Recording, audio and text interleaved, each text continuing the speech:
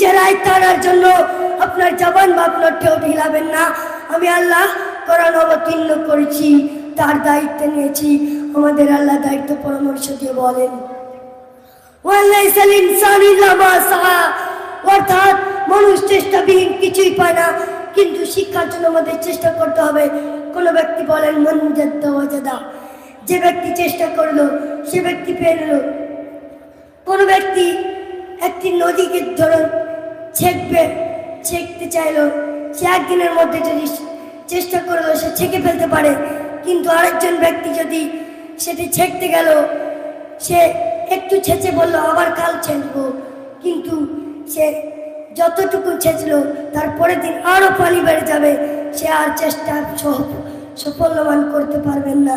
কিন্তু শিক্ষার জন্য আমাদের চেষ্টা করতে হবে। কবি কবির ভাষায় বলেন, ইলম কে পিছে মোমবাতি কি তার পিঘলনা চাহিয়ে क्योंकि बेइल्म खुदा को पहचानती नहीं है। অর্থাৎ শিক্ষার জন্য আমাদের পিছনে পড়ে থাকতে হবে। যেমন মোমবাতি আগুন বলে দেওয়া হলে মোমবাতির পিছনে লেগে থাকে, শিক্ষা না থাকলে সৃষ্টির রহস্য বোঝা যায় না, সৃষ্টিকর্তাকে চেনা যায় না। শিক্ষা হলো জাতির সৌন্দর্য। যেমন কবি বলেন, লাইসাল জামালু বিআসওয়াবিন ইন তুযাইনুনা ইন্নাল জামালু জামালুল আনওয়াল ওয়াল আদাব। অর্থাৎ আপনি শিক্ষার প্রতি হিংসা করতে পারেন, কিন্তু হিংসা শরীয়তের দৃষ্টিতে কঠোরভাবে নিষেধ। কোন ব্যক্তি দুটি বিষয়ের উপরে হিংসা করতে পারে, তার মধ্যে একজনকে আল্লাহ মাল দিয়েছেন, সহকের প্রতি সেটাকে দান করবে, সাদকা করবে, অন্যের চেয়ে বেশি আরেকজনকে ইলম দান করবে।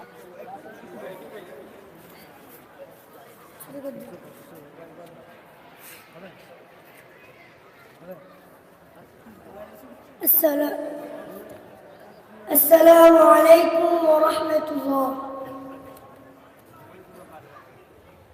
نحمده ونصلي على رسوله الكريم. أما بعد، أعوذ بالله من الشيطان الرجيم. بسم الله الرحمن الرحيم.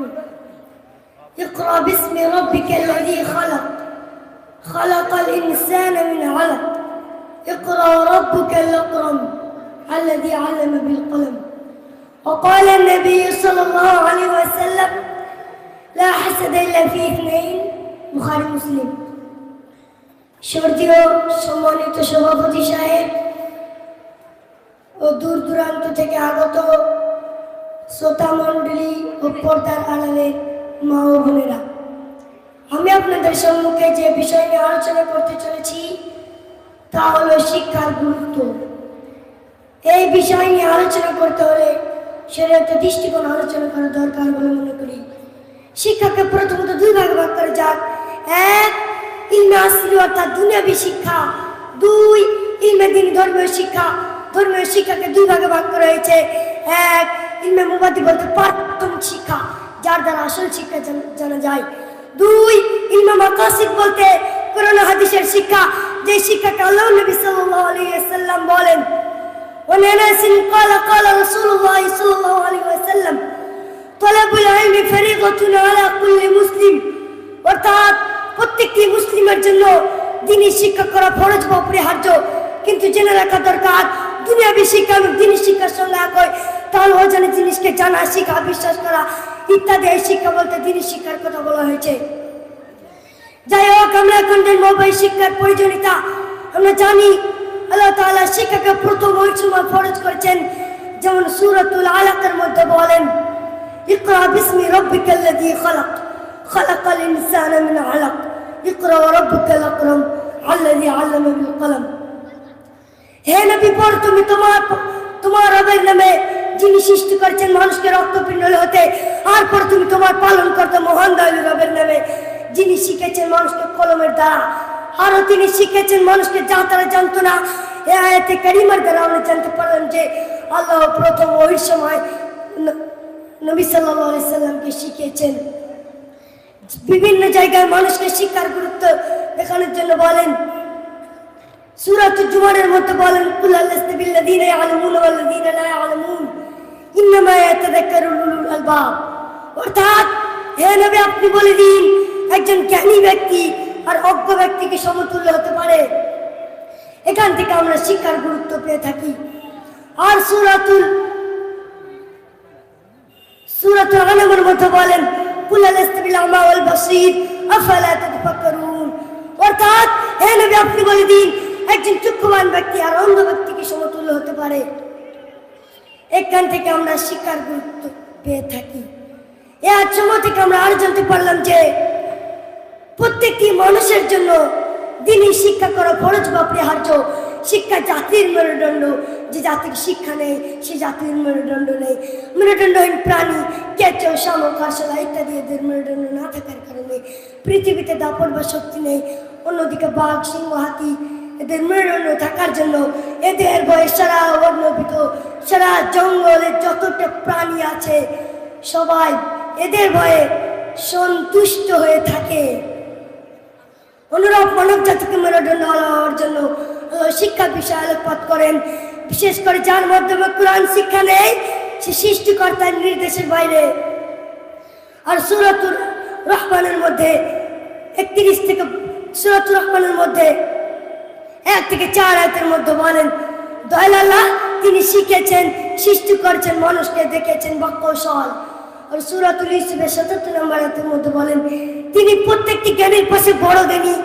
আর সূরাতুল বাকারার মধ্যে 31 থেকে 32 আয়াতের মধ্যে বলেন وعلم آدم الأسماء كلها ثم عرضهم على الملائكة فقال أنبئوني بأسمائها إن كنتم صادقين قالوا سبحانك لا علم لنا إلا ما علمتنا إنك أنت العليم الحكيم।